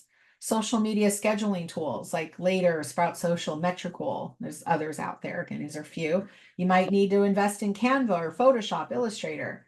Email marketing tools out there, your platforms, MailChimp, Constant Contact. Maybe a calendar scheduling tool make it easy for you to schedule appointments like Calendly. I use that one. Productivity tools, content calendar, to do task listing. So a combination, might be some other tools out there that you need, whether you're going to invest in them or you're going to hire somebody who has those tools already. So depends on which way you go with that and what those costs are. And then finally, measuring and optimizing, looking under the hood, right? You need to look at things like your website, content marketing, your conversion rates, how leads are generated, who's visiting your website, right? What the conversions are in that, what are they doing on your website? If you're doing search engine marketing and pay-per-click advertising, you're generally like, how many leads am I getting? What's the cost per lead or per click? What conversion you're getting, what sales are happening, or goals. Sometimes your goals might be like to download something, or sign up for something, not say purchase something. Social media, you're tracking your analytics there. It's like how many followers that you're growing, what's your engagement? Are they clicking on something, doing something? If you're doing email marketing, you're generally looking at number of subscribers, your open rates, click rates, of course, conversion rates as well. So you need to track all of that to make sure it works. You need to look under the hood of your website and everything, right? Just like your accountant is looking at your numbers and making sure there's not a lot of red, right? Want to see more black than red. We want to do the same thing with our marketing analytics as well. Right now, I'm talking mostly digital here. Of course, if some of you are doing offline, like TV, radio, billboards, and all of those, you have to kind of track those analytics as well. But again, some of the things you look at, make sure you have Google Analytics installed and it's working and somebody's looking at it. Now, some of you might have Wix or Shopify and they have their own basic analytics. Sometimes they do pull in from Google, but a good idea always to look at the full Google Analytics because they do give you a ton of information there. I look at who's visiting the site, what are they doing, where are they entering and exiting. What pages do they jump off on? What's your bounce rate, on that? Like how fast are they coming and going to your site? So tons of information looking at analytics. If you're a metrics nut like me, that all kind of makes sense. And you do want to look at all of that. All of your social media, your email, all have analytics. Look at that. I use a tool called Metricool for my social media publishing. And one of the reasons I switched to them last year was because they have really good reporting tools. All of my analytics for all of my platforms I have connected for me and my clients. I can just go right to their monthly reports and see all of the details of that I don't have to go to these individual platforms to go and look at. And then also your email analytics as well. They have those as well to look at, right? So in closing, do you know who your customers are? Do you know where to find them once you know who they are? And do you know how to tell them how you can help them, right? With your hand raise message. So you're all welcome to schedule, if you want to schedule a strategy session to answer any questions that you might have from here that didn't get answered, talk about anything to do with your marketing, you're welcome to schedule that strategy session. Just go to the QR code or callwithpatty.com. And you can schedule that time. I'm just going to look real quick. Are there any last minute questions here? Let's see. So the company motto or slogan should be the USP. When I get asked in a discussion, what is your USP? Not really. Yeah, I guess you can kind of say it's your motto or slogan. Not, yeah, I mean, kind of, you can use it as your slogan.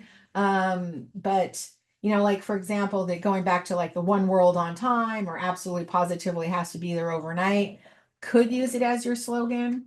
Like I take away the marketing overwhelm, or I take your marketing chaos to clarity. That could be my unique selling proposition in a way. Or I might say, well, my unique selling proposition is I've been doing this for 25 plus years and whatever experience I have.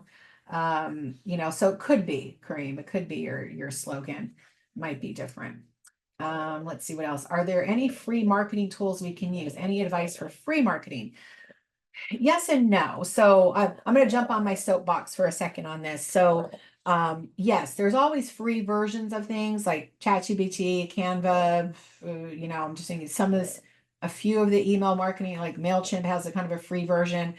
The only thing you have to consider though is that they are stripped down versions, right? Especially Canva, right? Yes, you can do things on there, but there are a lot of tools on there. So I always say, I like free and cheap as well. We all do. No one likes that. Have to spend money, but these are things you want to invest in your business, right? So sometimes when we're trying to chase free, we're spending more time and money doing that than just paying for the upgraded version of it, right? What are you doing? What are you missing out on? That, like, for example, ChatGPT, I can type right directly a website and I can go here, go to my website, like I showed you that prompt for the buyer personas. If I'm in the free version, now I have to like explain more. I have to spend more time getting it to like, this is what I do, where I can just have it go directly to the website. It will go do more research for me, where you're going to have to do more of the work. So time versus money, right? So I say don't always chase down the free because sometimes it winds up costing you more in the long run. So yeah, just a matter of looking for the free, try out the free version. If you don't want to, do I need the Canva? Do I going to use it? Try out the free, but realize it's really stripped down. MailChimp has been really stripped down. It used to be a great free version, but they need to make money, right? So these are tools you need to invest in for your business, right? So put that money aside, like total, let's see, ChatGPT, $20, Canva, $10 or $15, depending on how you pay for it. Maybe your marketing depends on the size of your list. Your email marketing might be 30, $50. If you have a larger list, it's going to be more. Most of these tools can be a total of under $100. You need to plan for that for your business, right? If you have problems paying $20 a month for a tool, I would rethink your business, honestly. Especially tools that you're going to use. And again, your time is money. So that's kind of my long-winded answer to that. There are free resources out there, free marketing, but we have to look at that in order to grow our business and succeed in our business, we do have to spend money on our business, right? And plan for that. Can't do everything for free. SCORE has a lot of great free mentors. They'll definitely take you to where you need to go. So you definitely check out that. I'm not a SCORE mentor, so I know I get asked that question all the time. But there are a lot of SCORE mentors that they do offer free services, free mentoring for you, so they can take you so far. They're not going to give you, like I said, that legal and financial advice. You got to pay for a lawyer, or an accountant. So hopefully that helps, right? As entrepreneurs, we got to plan for those particular costs. Are there any websites or apps that fill out documents for you, like an automated clicker almost?